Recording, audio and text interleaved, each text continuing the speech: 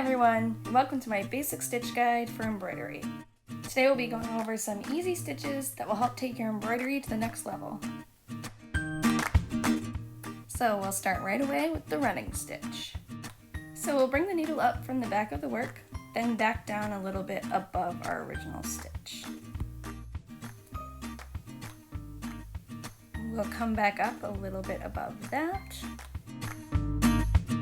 Continue this process and you've got it.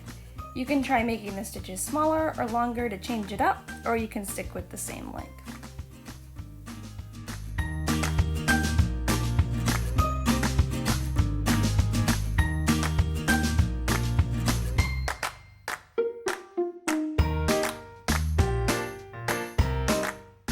When you're done, always tie your thread off on the back of your work to avoid unraveling.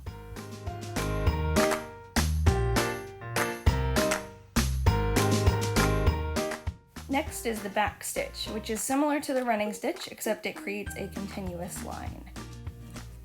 Bring your needle up, then back down just like in the running stitch. Then bring the needle up a space away from the last stitch. This time you'll bring your needle back through the previous hole, closing that gap.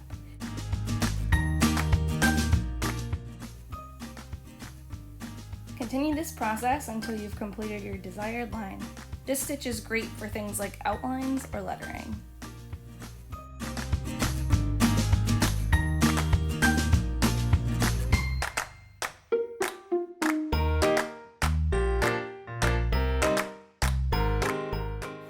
Next is the split stitch.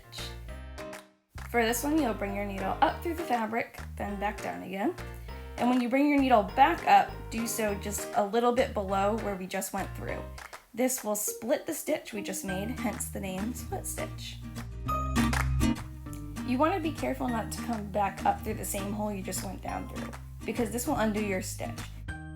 If that happens though, it's not really a big deal. You can just start that stitch over.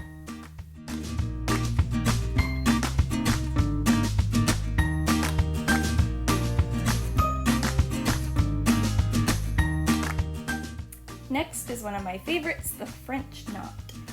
Bring your needle up through the fabric and rest it against where the hole is, with the needle pointing slightly up. Then wrap the thread around the needle 3 times. Hold these loops in place with your thumb and gently slide the needle out. Continue to hold the loops down with your thumb as the thread pulls through until you have a small knot. Then bring your needle down close to where you came up. These take practice, so I recommend creating a little stitch sampler like I did here to practice all of your stitches on. You can also use 2 loops to make a smaller knot, but I don't recommend using more than 3 as this gets tangled easily.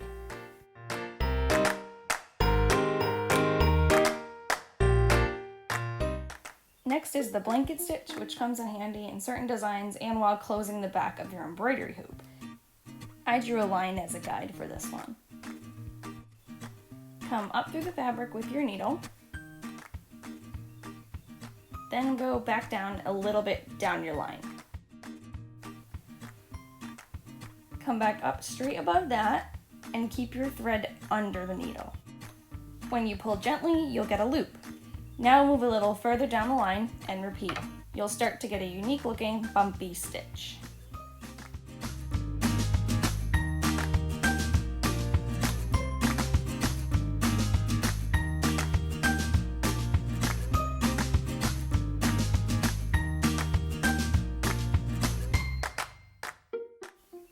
Couching is when a thread is secured to the top of the work, and it can be really useful for tackling tricky organic shapes. Thread one needle with your main thread color, the one you want to show the most. Then thread another needle with the thread you'll use to secure the main thread. I usually use less strands for the securing thread, and sometimes like to use a contrasting color to make it look a little bit more interesting. Leave the main thread on top of the work. Bring the other needle with the securing thread through to the front in a spot that's right on the side of your desired path. Loop it over the main thread and back down through the fabric, securing that main string onto the path. Keep doing this along your path. You can achieve some really complicated shapes with this method, and it can be really fun.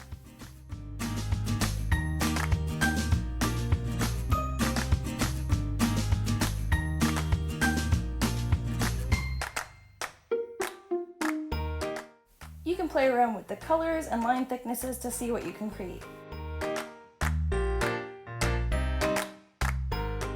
At the end, bring the main thread down to the back of the work and tie off both threads.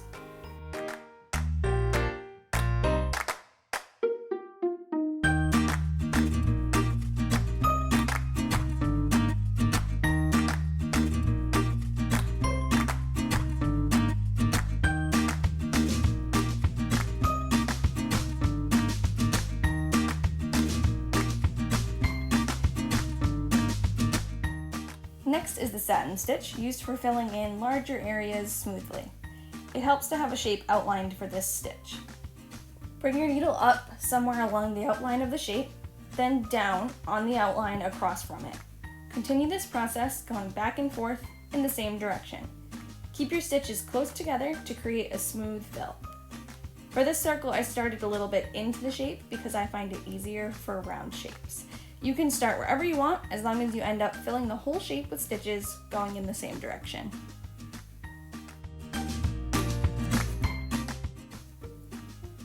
Next is the chain stitch. Bring your needle up through the top and then back down just a little bit above. Move upwards and come back up through.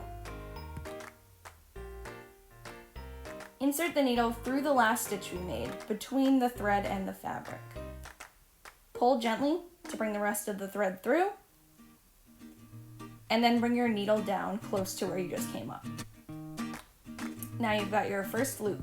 Continue this process, bringing your needle up above, then looping the thread around the last stitches. This creates a unique chain-like stitch.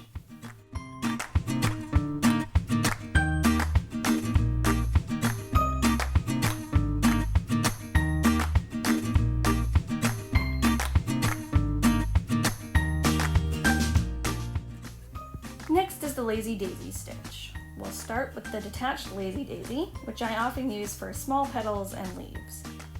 Bring your needle up, then back down very close to your original hole.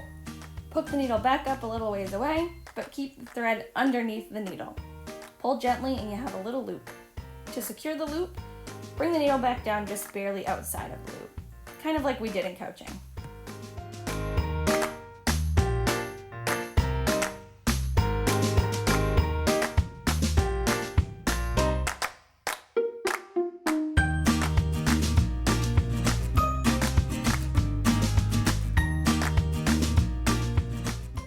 To create a full lazy daisy, make this stitch over and over again in a circular pattern.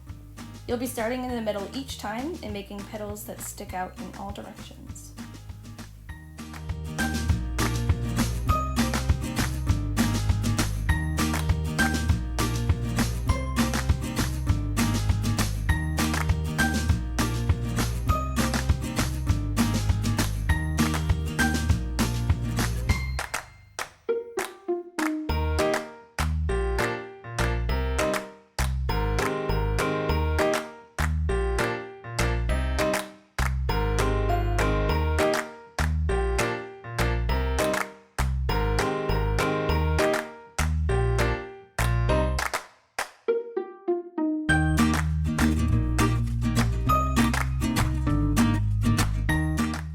Last step is the stem stitch.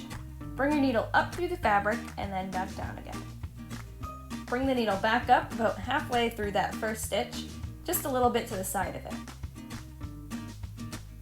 Then go back down a little bit further up, making the line just a little bit longer. Continue this process and you've got a line. This is similar to the back stitch because it creates a continuous line, but it definitely has its own look and can be a lot more interesting.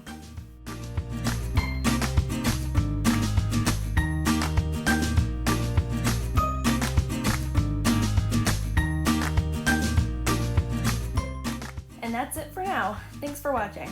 If you want to use some of these stitches but don't know where, check out some of my hand-drawn embroidery patterns on my Etsy shop. They come with their own tutorial videos specifically tailored to each pattern. You can also check out some of my other videos that are available to the public on my channel. Thanks and have fun.